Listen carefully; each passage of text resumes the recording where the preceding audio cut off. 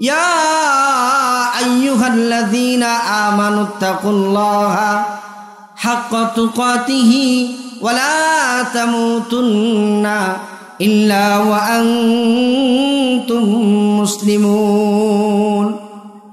ঈমানদার হও, আল্লাহকে ভয় করো। কেমন ভয় করবা? প্রকৃত ভয় করার মতো তোমরা ভয় করো। আল্লাহ পাক বলছেন, যেমন ভয় নবী আলাইহিস সালাতু ওয়াস সালাম করেছেন, যেমন ভয় পয়গম্বর আলাইহিস সালাতু ওয়াস সালামরা করেছেন, যেমন ভয় সাহাবায়ে কেরাম করেছেন, যেমন ভয় আল্লাহর ওলি যারা ছিলেন তাবিন তাবে তাবিন আইম্মায়ে মুজতাহিদিন বুজুর্গানে কেরাম, এমন ভয়ের মতো একটা ভয় করো, যেমন ভয়ের কারণে আল্লাহ পাক সাহাবায়ে কেরামদেরকে উদ্দেশ্য করে কুরআনের আয়াত নাজিল করে দিয়ে উপমা দিয়ে গেছেন, আমিনু কামা আমানান নাস, আমিনু কামা আমানান নাস। এমন প্রকৃত মুমিন হও, এমন প্রকৃত মুমিনের মতো মুমিন তোমরা হও। ভয় যখন করবা, ভয় যখন তোমাদের হবে, এমন ভয় করো যেমন ভয় সিদ্দিক আকবর করেছে, যেমন ভয় ওমরে ফারুক করেছে, যেমন ভয় উসমান রাদিয়াল্লাহু আনহু করেছে, যেমন ভয় আলী রাদিয়াল্লাহু তাআলা আনহু করেছে, এমন ভয় তোমরা করো যেই ভয়ের ঠিকানা রাদিয়াল্লাহু আনহুম রাদুআন, রাদিয়াল্লাহু আনহুম রাদুআন। যেই ভয়ের কারণে আল্লাহ পাক ঘোষণা দিয়েছেন, আমি তোমাদের উপরে রাজি এবং তোমরাও আমার উপরে রাজি থাকো। সুবহানাল্লাহ। আল্লাহ পাক যেখানে ঘোষণা দিয়েছেন, আমি আল্লাহ নিজে তোমাদের উপর রাজি, তোমরাও আমার উপর রাজি থাকো। রাদিয়াল্লাহু আনহুম ওয়া রাদুআন। এমন ভয় তোমরা করো যেই ভয়ের কারণে আল্লাহ পাক জান্নাতের সার্টিফিকেট দিয়ে দিয়েছেন। আর মানুষ এমন ভয় করে, দুনিয়ার ভয় করে, দুনিয়াদারের ভয় করে, দুনিয়ার চিত্র চাকচিক্যকে আকর্ষণ হিসেবে অন্তরের মধ্যে ঢুকায় ফেলেছে। তাকায় দেখেন, দুনিয়ার চাকচিক্য অনেক সুন্দর। আল্লাহ পাক বলেছেন, আল্লাহ নবী সাল্লাল্লাহু আলাইহি ওয়াসাল্লাম হাদিসের মধ্যে বলেছেন, আদ-দুনিয়া মাজরাতুল আখিরাহ। দুনিয়াটা হলো শস্য ক্ষেতের মতো, এখানে যেটা ফলাইবা সেটাই পাইবা, আর এখানে যেটা তুমি করবা তোমার কর্ম তুমি আখিরাতে পাইবা। আর এখানে যদি অকর্ম তুমি রেখে যাও, এই অকর্মর চিত্রটা মরার পরে তোমার সামনে আইসা যাবে। কিন্তু মরার পরে তো আসবেই, মরার আগে যখন আজরাইল তোমার কাছে আসবে, আজরাইল আইসা তোমার কাছে সামনে চিত্রগুলো ধরে ধরে তোমাকে ডাকবে। যদি তুমি ভালো মানুষ হয়ে থাকো, ইমানদার যদি হয়ে থাকো, আল্লাহ পাক আজরাইল আলাইহিস সালাতু ওয়াস সালামের জাহান্নামের ভয়ঙ্কর দৃশ্যটা সামনে এনে মৌতকে ডাকতে থাকবে, তুমি আসো তাড়াতাড়ি, জাহান্নাম তোমার জন্য রেডি আছে। আর যদি নেক করে করে আমার অন্তর ঠিক করতে পারে, আল্লাহ পাক সিদ্দিক আকবরকে যেমন ডেকেছেন, কুরআনে আছে সূরা ফাজরের শেষের দিকে আল্লাহ পাক ডাকতেছেন, ইয়া আইয়াতুহান নাফসুল মুতমাইন্নাহ, ইয়া আইয়াতুহান নাফসুল মুতমাইন্নাহ ইরজিই ইলা রাব্বিকি রাদিয়াতাম মারদিয়া। আল্লাহ পাক সিদ্দিক আকবরকে ডেকেছেন, আল্লাহ পাক হযরতে আমিরে মুআবিয়াকে ডেকেছেন। মৃত্যুর পূর্বে হযরত আমিরে মুআবিয়া রাদিয়াল্লাহু আনহু মৃত্যুর পূর্বে নখ কাটলেন, গোসল করলেন, চুট কাটলেন, সব কিছু কাটা শেষ। তার মুরিদান জিজ্ঞাসা করতেছে, আমিরে মুআবিয়া, এগুলো তো শুক্রবারের আমল, আপনি কেন আজকে করতেছেন? হযরত আমিরে মুআবিয়া বলতেছে, আমাকে আল্লাহ পাক জান্নাত খুলে খুলে ডাকতেছে। আল্লাহ পাক বলতেছে, ইয়া আইয়াতুহান নাফসুল মুতমাইন্নাহ ইরজিই ইলা রাব্বিকি রাদিয়াতাম মারদিয়া। এটা বলে বলে জান্নাতের দিকে আমিরে মুআবিয়াকে ডেকেছেন। হযরত আমিরে মুআবিয়া জান্নাত দেখে তার মৃত্যুর প্রস্তুতি সে নিজেই নিয়েছে। হযরত আমিরে মুআবিয়া নখ কাটলেন, মুছ কাটলেন। শুক্রবারের যে আমলগুলো আমরা করি ওই আমলগুলো হযরত আমিরে মুআবিয়া করেছেন। হযরত আমিরে মুআবিয়া বলেন, আল্লাহর পাকের কাছে চলে যেতে হবে আমার কিছুক্ষণ পর। আমি এজন্য ফ্রেশ হয়ে গেলাম। পবিত্র অবস্থায় নামাজের হালতে নেক হালতে ইমানি হালতে যদি আমার মরণ হয় তাহলে ওই মরণের কোনো চিন্তা নাই, ওই মরণের কোনো ভয় নাই। আল্লাহ পাক বলে দিয়েছেন, ওয়ালা তাহিনু ওয়ালা তাহজানু ওয়া আনতুমুল আ'লাউনা ইন কুনতুম মুমিনিন। যদি মুমিন হয়ে মরতে পারি কোনো ভয় নাই, কোনো চিন্তা নাই। আমার আয়াতের মধ্যে এটা আছে, ইয়া আইয়ুহাল্লাযীনা আমানুত্তাকুল্লাহ, ইয়া আইয়ুহাল্লাযীনা আমানুত্তাকুল্লাহ। আল্লাহকে ভয় করো। কেমন ভয় করবা? সিদ্দিকে আকবরের মতো ভয় করো। সিদ্দিকে আকবর যেমন ভয় করেছে ওই রকম ভয় করো। পয়গম্বররা যেমন ভয় করেছে ওই রকম ভয় করো। সিদ্দিক আকবর কিরকম ভয় করেছেন? হযরত আবু বকর সিদ্দিক রাদিয়াল্লাহু তাআলা আনহু খেলাফতের দায়িত্বে যখন ছিলেন, 3 দিনের ক্ষুধার্ত আবু বকর, চিন্তা করা যায় 3 দিনের ক্ষুধার্ত আবু বকর, রাষ্ট্রের খলিফাতুল মুসলিমিন, 3 দিনের ক্ষুধার্ত। আর আমরা পেট ভৈরা বোঝাই হওয়ার পরেও আমরা তাও অন্যদিকে তাকায় থাকি যে আরো কিছু নেওয়া যায় কিনা। সিদ্দিক আকবর 3 দিনের ক্ষুধার্ত খাদেম কিছু হাদিয়া নিয়ে আসছেন সিদ্দিক আকবরের কাছে। আত্মসমালোচনা চলতেছে। আমি আমার নিজের জন্য বলতেছি, আপনাদের জন্য বলতেছি। শুনেন ঘটনাটা, হাদিসটা শুনেন। সিদ্দিক আকবর কি বলেন? খাদেম যখন সিদ্দিক আকবরের সামনে হাদিয়া তোহফা নিয়ে আসছে, হাদিয়া তোহফা নিয়ে আসার পরে সিদ্দিক আকবর জিজ্ঞাসা করতেছে, এটা কোত্থেকে নিয়ে আসছ? পরক্ষণেই সিদ্দিক আকবরের তো ক্ষুধার্ত, 3 দিনের ক্ষুধার্ত, রুটি আর গোশত নিয়ে আসছে হাদিয়া। ক্ষুধার্ত অবস্থায় লুকমা তো খেয়ে ফেললেন, 1 লুকমা খেয়ে ফেললেন হযরত সিদ্দিক আকবর। খাওয়ার পরে চিন্তা আসছে, হায় রে, আমি যে খাইলাম এটা তো যাচাই করলাম না, কিসেরটা খাইলাম? এটা কি আসলে হালাল জিনিস খাইলাম না হারামটা খাইলাম? এটা কি আসলে জায়েজটা খাইলাম না নাজায়েজ জিনিস খাইলাম? মুমিন মুসলমান ভাইরা আমার, আমাদের খুব সতর্ক হওয়া উচিত। খলিফাতুল মুসলিমিন যাকে জান্নাতের ঘোষণা দেওয়া হয়েছে তিনি বলতেছেন এটা কি খাইলাম, পেরেশান হয়ে গেছে। খাদেমকে ডাকাও হইল। সিদ্দিক আকবর খাদেমকে ডেকে ডেকে বলে, খাদেম, আমাকে রুটি যে গোশত খাওয়াইলা, এই রুটি গোশত তুমি কিভাবে হাদিয়া পাইলা এটা তো আমাকে বললা না, এটা কোত্থেকে আসলো, কিভাবে আসলো? খাদেম ডাক দিয়ে বলে, আবু বকর সিদ্দিক, আমিরুল মুমিনিন, খলিফাতুল মুসলিমিন, এটা তো খেয়েছি, এটা তো আপনাকে দিয়েছি হাদিয়ার মাল। আমি ইসলাম গ্রহণের পূর্বে যখন জাহিলিয়াত যুগ ছিল, জাহিলিয়াতের যুগের সময় আমি একটা বেঈমান কাফেরকে জারফুক করেছিলাম। একটা রোগ নিয়ে সে পেরেশান হয়ে গিয়েছিল। আর পেরেশানি হওয়ার পরে রাস্তার মধ্যে আমার সাথে দেখা হয়েছে, আমি একটু জারফুক করেছিলাম। সিদ্দিক আকবর ডাক দিয়ে বলেছে, ওই সময় তো তুমি মুসলমান ছিলা না, ওই সময় তো তুমি জাহিলিয়াতের যুগে তুমি তো মুসলমান ছিলা না, বেঈমান ছিলা। বেঈমানের খাবার আমাদের গ্রহণ করা কি জায়েজ না না জায়েজ? না জায়েজ। বেঈমানের খাওয়া আমাদের জন্য যে কুফরি থাকা অবস্থায় পরহেজ করা। হাদিয়া তোহফা যা দেয় আমরা তো পূজারটা হাদিয়া মনে করে খাই।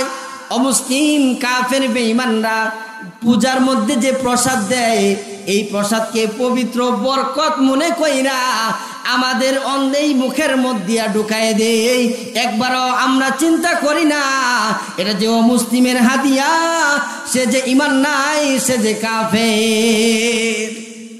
একবারও এটা চিন্তা করি না অমুসলিম দিল না মুসলমান দিল, এই খাবারটা কি হালাল, এই খাবারটা কি হারাম, এটার কথা একবারও চিন্তা আমরা কখনো করি না। এটা কিসের খানা আসতেছে, কিসের টাকা আসতেছে, আর কিসের সম্পদ আমাদের হচ্ছে, এটার দিকে লক্ষ্য আমরা একেবারেই গাফেল।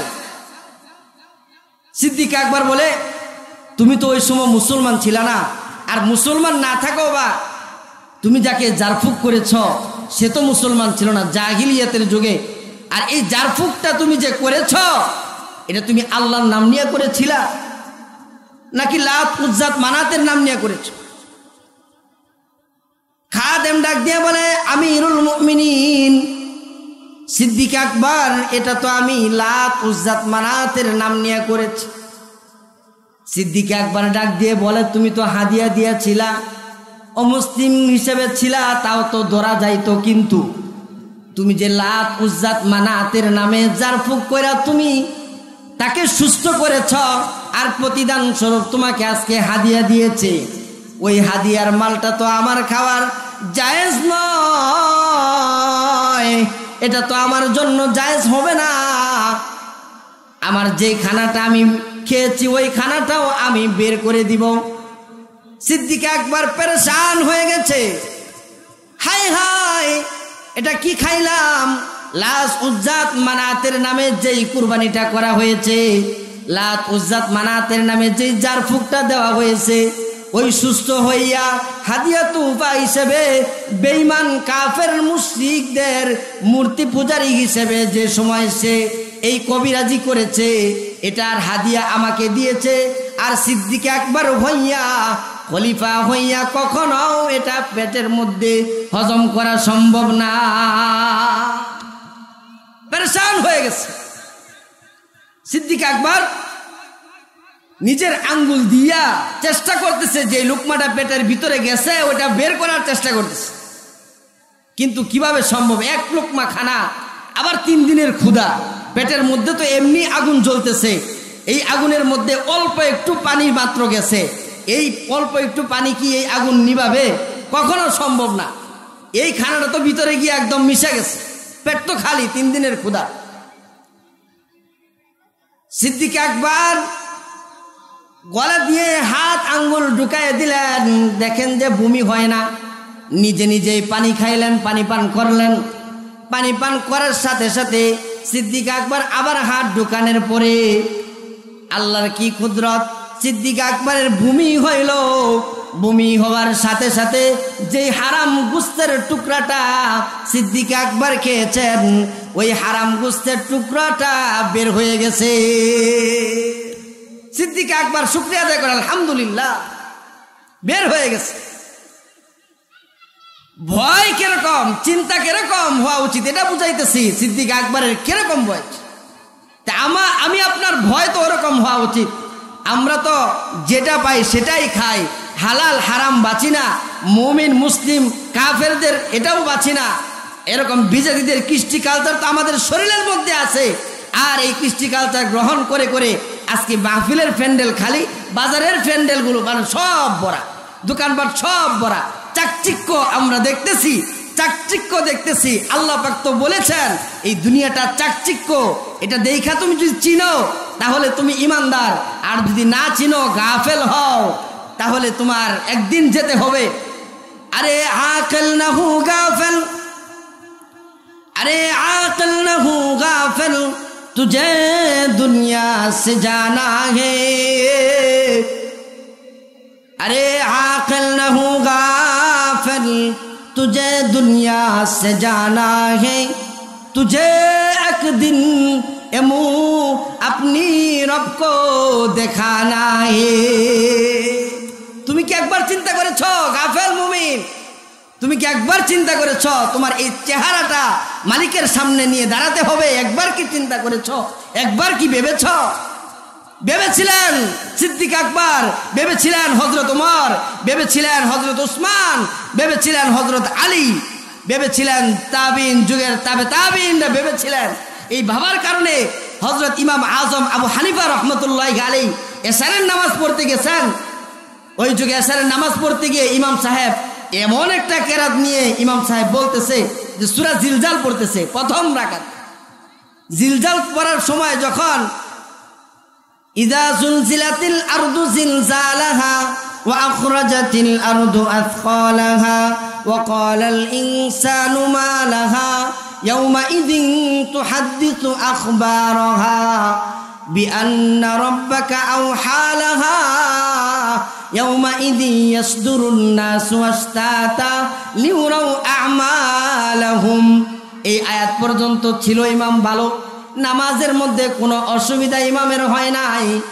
নুমান বিন সাবিত যখন ফামান ইয়ামাল মিসকালা যাররাতিন খায়রান ইয়ারা ওয়া মান ইয়ামাল মিসকালা যাররাতিন শাররান ইয়ারা, আয়াতটা কানের মধ্যে গেছে, ইমাম নামাজের মধ্যেই বেহুশ হয়ে গেছে। হায় হায়, যাররা পরিমাণ ইবাদত, যাররা পরিমাণ নেক আমল, যাররা পরিমাণ গুনাহ কিন্তু হাসরের ময়দানে দাড়ির পাল্লার মধ্যে উঠানো হবে। যাররা পরিমাণ ইবাদত থাকলে এটাও উঠানো হবে, যাররা পরিমাণ নেক আমল যদি থাকে এটাও উঠানো হবে, যাররা পরিমাণ গুনাহ যদি থাকে এটাও দাড়ির পাল্লায় দেখানো হবে। ইমাম পেরেশান হয়ে নামাজের পরে কোরআন তেলাওয়াত শুরু করলেন। নামাজের মধ্যে মুয়াজ্জিন তাকায় দেখে ইমাম নামাজ শুরু করে দিয়েছেন, এখনো শেষ হয় নাই। মসজিদের দরজা বন্ধ করবে, হযরত ইমাম আজম তাকায় দেখেন, খাদেম তাকায় দেখেন আবু হানিফা এখনো নামাজে দাঁড়ায় আছেন। খাদেম মনে করেছে হয়তোবা ইমামে আজম নুমান বিন সাবিতের নামাজ মনে হয় দীর্ঘায়িত হবে, খানাপিনা করে বাড়ি থেকে বিশ্রাম করে আসি। ইমামে আজম আবু হানিফা রাহমাতুল্লাহি আলাইহি নামাজ পড়তেছেন, কোরআনে কারিম তেলাওয়াত করতেছেন। একদম রাত্রের মধ্যে যখন গভীর রজনী হয়ে গেল, অর্ধরাত্র যখন হয়ে গেছে, মুয়াজ্জিন সাহেব এরকম খানাপিনা করে করে আবার রেস্ট করে করে যখন বিশ্রাম করে আসলেন, আসার পরে দেখতেছি ইমামে আজম এখনো নামাজের মধ্যে দাঁড়ায় রয়েছে। খাদেম মনে করেছে হায় হায়, আজকে ইমামে আজম কুরআন খতম না দিয়া কখনো মসজিদ থেকে বের হবে না। কারণ চিন্তা তো এসেছে, ফামান ইয়ামাল মিসকালা যাররাতিন খায়রান ইয়ারা ওয়া মান ইয়ামাল মিসকালা যাররাতিন শাররান ইয়ারা। যাররা পরিমাণ ইবাদত, যাররা পরিমাণ গুনাহ আমার দাড়ির পাল্লার মধ্যে দেওয়া হবে। আর আমি ইমামে আজম কখনো ঘুমাইতে পারি না, ইবাদত করতেছে রাতের নামাজের মুসল্লায়, সারা কোরআন শরীফ পড়ে পড়ে ইমামে আজম সূরা জিলজালের মধ্যে চলে গেছে। জিলজালের মধ্যে চলে গিয়ে যখন এই সূরাটা পড়তেছে, ফামান ইয়ামাল মিসকালা যাররাতিন খায়রান ইয়ারা ওয়া মান ইয়ামাল মিসকালা যাররাতিন শাররান ইয়ারা, এটা বলে বলে ইমামে আজম কান্না করতেছে, বেহুশ হয়ে যাইতেছে কান্না করে। ইমামে আজম তার কিরকম চিন্তা ছিল, তাবি পেরেশান হয়ে গেছে, হায় হায় আমার তো যাররা পরিমাণ ইবাদত দাড়ি পাল্লায় দেখানো হবে, যাররা পরিমাণ গুনাহ দাড়ি পাল্লায় দেখানো, এই পেরেশান এসে গেছে। আমি আপনার পেরেশানি তো ওই রকম হওয়া দরকার, আমি আপনার ভয় আল্লাহর ভীতি তো ওই রকম হওয়া দরকার। আরেকটা ছোট্ট ঘটনা আপনাদেরকে শোনাই, যে আল্লাহ রাব্বুল আলামিন তো বলেছেন, ইয়া আইয়ুহাল্লাযীনা আমানুত্তাকুল্লাহা হাক্কা তুকাতিহি ওয়া লা তামুতুন্না ইল্লা ওয়া আনতুম মুসলিমুন। ঈমানদার হও, আল্লাহকে ভয় করো, প্রকৃত মুমিনের মতো মুমিন হও, প্রকৃত মুমিন হও, আর মুসলমান না হয়ে তোমরা মরো না, মুসলমান না হয়ে মরো না। তো মুসলমান, আমাদের প্রশ্ন, আমরা তো মুসলমান, আমরা তো মুসলমান, তো আমরা মুসলমান, তারাও ছিল মুসলমান, এর মধ্যে পার্থক্য কি?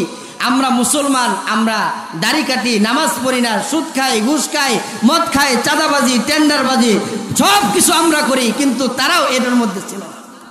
আমরা সকল কিছু করি, রাহাজারি, চুরি, ডাকাতি সব কিছু করি, চিন্তাই করি, সব কিছু আমাদের ঠিক আছে। আর তারাও ছিল মুসলমান, তারা রাতের বেলা ঘুমাইতেই পারে নাই পেরেশানির জ্বালা। চিন্তা করেন আমরা কেমন মুসলমান, তারা কেমন মুসলমান। মা বোনেরা যারা আছেন, আমার মাইকের আওয়াজ যত দূর পর্যন্ত যাচ্ছে, মা বোনেরা যারা শুনছেন তারাও একটু খেয়াল করেন। এখন আমি যে আপনাদের জন্য বলতেছি, হযরত খাদিজাতুল কুবরা মুসলিম মহিয়সী নারীদের প্রথম যে ছিলেন তার কথা বলতেছি, তার ছোট্ট একটি ঘটনা। তিনিও তো আমাদের মতো মুসলমান ছিলেন। আমি আপনি মহিলা হয়েছি, কি হয়েছে, আমি আপনিও তো মুসলমান, মুসলিমা নারী। আমি আপনি নামাজ পড়ি না, পর্দায় থাকি না। আবার অনেক মহিলা আমাকে এসে বলে, হুজুর তাহাজ্জুদের কয় রাকাত, তাহাজ্জুদের নামাজ কয় রাকাত করে পড়বো, অথচ তার পর্দা নাই, মুখ উদাম করা, চেহারা ঢাকা না, সে খবর নিতে আসতেছে তাহাজ্জুদের নামাজ কয় রাকাত। তোমার ফরজ ইবাদত যে পর্দার বিধান, এটাই তো তুমি পালন করতেছো না। তুমি নফলের প্রতি দৌড়াইতেছ, ফরজের তোমার ঠিক নাই, তোমার পর্দা পশি ঠিক নাই, আর তুমি তাহাজ্জুদ, আওয়াবিন সকল কিছু তুমি পড়লা, তোমার ইবাদত কি কখনো কাজে আসবে? তোমার যে 24 ঘন্টা বাহিরে ঘোরাফেরা করে, তোমার বাহিরে মুখটা বের করে তুমি চলতেছ, আর তুমি ইবাদত বন্দেগী যতই করো না কেন, তোমার তো ওই দিক দিয়ে গুনাহ হচ্ছে। আগে পর্দা পশির গুরুত্ব দাও। আমাদের মা বোনেরা তো এখন ছোট্ট ছোট্ট মেয়েরা যারা প্রাপ্তবয়স্ক হয়েছে, 15-16 বছর মেয়েদেরকে সুন্দর সাজায়া মুখটাকে এরকম উধাম করে মুখটার মধ্যে পর্দা না দিয়ে বের করে। আর বৃদ্ধ যারা টেম্পার শেষ, যাদের এরকম মেদ শেষ হয়ে গেছে, 50 বছর 60 বছর হয়ে গেছে, তারা কুচুর মুচুর করে পর্দায় থাইকা তারা রাস্তায় বের হয়, তারা কুচুর মুচুর করে রাস্তায় বের হয়। উচিত ছিল যে আমাদের মা বোন যারা ছোট্ট অচিবচা বয়সের, যাদেরকে দেখতে একজন পুরুষ পাগল হবে, তাদেরকে পর্দায় রাখা। এটা না করে আমরা বুড়া যারা হয়ে গেছি, মেদ জাগর শেষ হয়ে গেছে, তারা এরকম কি করে পর্দা বসি থাকে।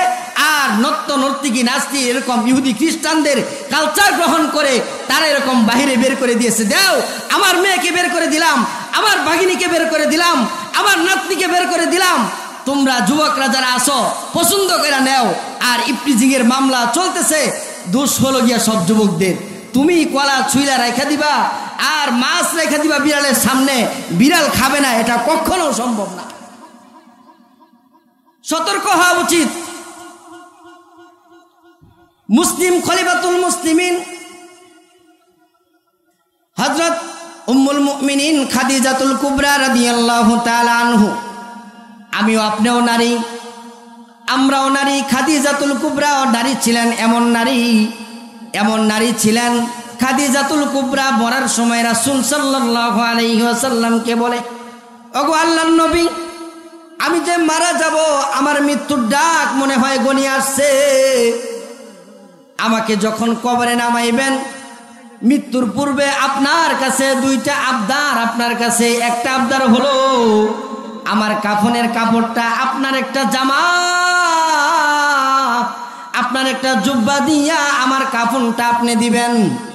দ্বিতীয় নাম্বার হলো আমি যখন কবরে নামবো, কবরের সওয়াল জবাব না দিয়া আপনি নবী আমার কবরের পাশ থেকে যাবেন না।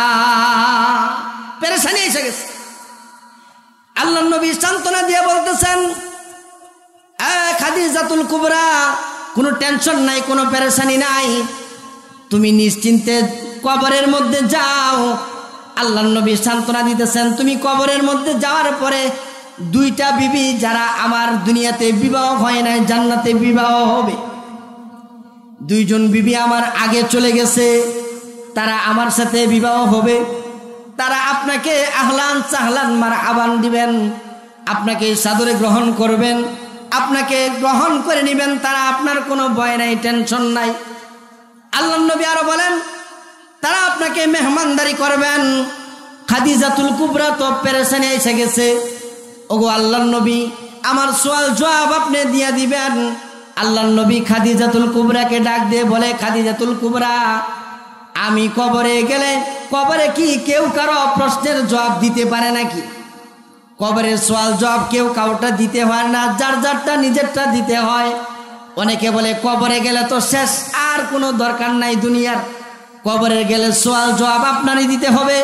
চাই আপনি মুসলমান না হন, চাই আপনি মুসলমান হন, চাই নামাজ পড়েন আর না পড়েন, চাই মাহফিলে আসেন আর না আসেন, কিন্তু আপনাকে কবরে গিয়া সওয়াল জবাব তিনটা হবে। প্রশ্নে উত্তর ঠিক না হলে এক কদম সামনে বাড়াতে দেওয়া হবে না, এক কদম সামনে বাড়াতে দেওয়া হবে। খাদিজাতুল কুবরা রাদিয়াল্লাহু আনহু আল্লাহর নবীকে ডাক দিয়ে বলেন, গো আল্লাহর নবী, আপনার একটা জুব্বা দিয়ে আমার কাফনের কাপড় দিবেন। আমরা তো কাফনের পোশাক পরি, নবীজির সুন্নত বাদ দিয়া ইহুদি খ্রিস্টান নাসারাদের কৃষ্টি কালচার গ্রহণ করে করে আমাদের শরীরকে সুসজ্জিত করি, মানুষের সামনে দেখায় আমি যে কি মুসলমান, আমি যে কি মুসলমান, এটা আমি নিজেই চিন্তা করতে পারি না। খাদিজাতুল কুবরা বলতেছে, আমার পোশাকটা আল্লাহর নবী আপনার জুব্বা দ্বারা দিবেন, আর সওয়াল জবাব যতক্ষণ পর্যন্ত শেষ না হবে ততক্ষণ পর্যন্ত আপনি সরবেন না। আল্লাহর নবী গো, আমার চেহারাটা আপনি নিজে চেহারাটা কাবার দিকে ঘুরাইয়া দিবেন, কাবার দিকে ঘুরাইয়া দিবেন, যেন আমার চেহারাটা কাবামুখী হয়। আজকে যারা ইহুদি খ্রিস্টান মুখী, আজকে যারা বেঈমানদের মুখী, তারা ভালো করে শুনিয়া রাখেন, পুরুষরাও শুনেন, মা বোনেরাও শুনেন, যারা আজকে ইহুদি খ্রিস্টান মুখী, বুঝে রাখেন আপনার কবরে গেলে আপনার মুখ, আপনার চেহারা কেবলামুখী হবে কিনা, না আপনার চেহারা ফেরেশতারা গার মটকাইয়া অন্যদিকে দিয়ে দিবে নাকি, একবার চিন্তা করে দেখুন। খাদিজাতুল কুবরা রাদিয়াল্লাহু আনহু আল্লাহর নবীকে বলেন, ওগো আল্লাহর নবী, ওগো আল্লাহর নবী, আমার চেহারাটা কাবামুখী করে দেন। আল্লাহর নবী খাদিজাতুল কুবরা রাদিয়াল্লাহু আনহু যখন মরেছেন, উম্মুল মুমিনিন হযরত খাদিজাতুল কুবরা রাদিয়াল্লাহু আনহু আল্লাহর নবীকে বলতেছেন, ওগো আল্লাহর নবী, আমি যখন কবরে নামবো, কবরে নামায় আপনি আমাকে দাফন করবেন। আরেকটা এখানে মাসআলা হলো, মহিলারা মরলে যত তাড়াতাড়ি গোপনে দাফন দিয়ে দেওয়া যায়, এটা হলো শরীয়তের বিধান। খাদিজাতুল কুবরা মরেছিলেন রাত্রে, কিন্তু খাদিজাতুল কুবরা বলেছেন, আল্লাহর নবী আমাকে রাত্রের ভিতরেই দাফন দিয়ে দিবেন, কেননা ভিন্ন পুরুষ আমার লাশ দেখেও আইডিয়াও যেন করতে না পারে খাদিজাতুল কুবরা কিরকম ছিল। কিন্তু আমি আপনার আইডিয়া কতটুকু, এখন যে বুরকা, এখন যে জামা, এখন যেই কৃষ্টি কালচার যে আমাদের বের হয়েছে, বাহিরে ভিতরে সব কিছু দেখা যায়। ঠিক বললাম না? ঠিক বললাম? এইরকম আমাদের পোশাক আশাক হয়ে গেছে। খাদিজাতুল কুবরা বলতেছে, আমাকে রাত্র শেষ হওয়ার আগেই দাফন দিয়ে দিবেন। আল্লাহর নবী নিজে দাফন গোসল নিয়ে কি করলেন, নিজে আল্লাহর নবী জানাজা পড়াইলেন, জানাজার ইমামতি করলেন। ইমামতি শেষ, আল্লাহর নবী নিজে কবরে নামলেন। নিজে কবরে নাইমা খাদিজাকে নিজে কবরে নামাইলেন। নামানোর পরে খাদিজার চেহারা কাবার দিকে ঘুরাইয়ে দিলেন। এখানে একটা ঘটনা ছোট্ট ঘটে গেছে। আল্লাহর নবী তাকায় দেখেন, খাদিজাতুল কুবরা রাদিয়াল্লাহু তাআলা আনহার চেহারাটা যখন কাবার দিকে ঘুরাইয়া দেয় আল্লাহর নবী, আর এদিক দিয়ে খাদিজার চেহারাটা বরাবর হয়ে যায়, সোজা হয়ে যায়, কেবলামুখী থাকে না। এবারে 3 বার হয়েছে। আল্লাহর নবী চিন্তায় পড়ে গেলেন, আমার খাদিজা কি আল্লাহ কি আমার খাদিজার উপর অসন্তুষ্ট নাকি? হায় হায়, আমি খাদিজার চেহারাটা কেবলামুখী দেই, আর খাদিজার চেহারা বরাবর হয়ে যায়, কেবলামুখী থাকে না। এদিক যে জিবরাইল আলাইহিস সালাতু ওয়াস সালাম আয়েশা আল্লাহর নবীকে ডাক দিয়ে বলে, ওগো আল্লাহর নবী, পেরেশানি হওয়ার কোনো দরকার নাই, পেরেশানি হওয়ার কোনো দরকার নাই, চিন্তিত হওয়ার কোনো দরকার নাই। আপনার খাদিজার লাশ আপনি কাবামুখী ঢুকান, কাবামুখী ফিরান, কিন্তু আরশের মালিক আল্লাহ রাব্বুল আলামিন খাদিজার চেহারা কেবলামুখী না রাইখা খাদিজার চেহারাটা আল্লাহ পাক আল্লাহর দিকে আরশমুখী রাইখা দিলেন। খাদিজার চেহারা একাই শুধু আল্লাহ পাক নিজের কুদরতি হাতে আল্লাহমুখী করে দিলেন, আল্লাহর দিকে, আরশের দিকে ঘুরায়। আপনি নবী কেবলামুখী করে দেন, আল্লাহ পাক পছন্দ কইরা, আল্লাহ পাক সন্তুষ্ট হইয়া খাদিজাতুল কুবরার চেহারাটা আসমানের দিকে ঘুরায় দেন, উপরের দিকে আরশের দিকে দিয়ে দেন, বরাবর দিয়ে। মুহতারাম হাজরিন, মুহতারামা মা বোনেরা যারা আছে, আমরাও আপনি এরকম হওয়া চাই। আমি আপনার ইমান, আমি আপনার মুসলমানিয়াত এরকম হওয়া চাই যে আমি আপনার মুসলমান সিদ্দিকে আকবরের মতো যদি হয়, আমি আপনার মুসলমানিত্ব যদি, আমি আপনার আল্লাহর ভীতি যদি সিদ্দিকে আকবর, হজরত উমর, উসমান, আলীর মতো হয়, আর খলিফাতুল মুসলিমিন এদের মতো হয়, খাদিজাতুল কুবরা, উম্মুল মুমিনিন, মুমিনাতের দিকে তাদের মতো যদি আমাদের মা বোনদের কৃষ্টি কালচার হয়, আশা করি আমাদের ইমানটাও ওই রকম পরিপূর্ণ হতে পারবে, আমরাও পরিপূর্ণ মুসলমান হয়ে যেতে পারবো। হাদিস শরীফে আল্লাহ রাসূল বলেছেন, ইত্তাকিল মাহারিম তাকুন আবাদান নাস। মানুষ গুনাহ ছেড়ে দাও, গুনাহ ছেড়ে দাও, গুনাহ ছেড়ে দাও, নেকের প্রতি উদ্বুদ্ধ হও,